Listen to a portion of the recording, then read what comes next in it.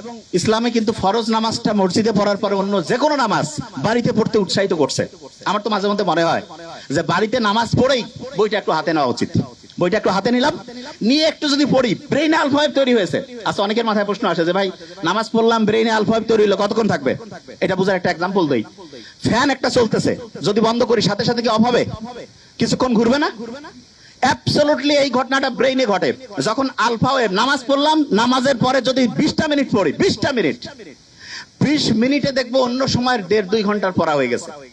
তাইলে early morning 4-5 ঘন্টা।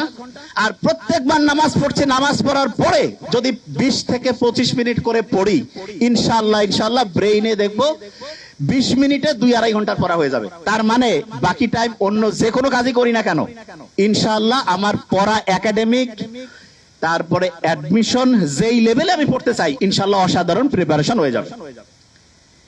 এখন হাফেজ যারা হয় তারা পরে আল্লাহর কালাম পড়ে, ঠিক না? এবং কোরআনের গঠন শৈলীকে যদি অ্যানালাইসিস করে অবাক হয়ে যাবে।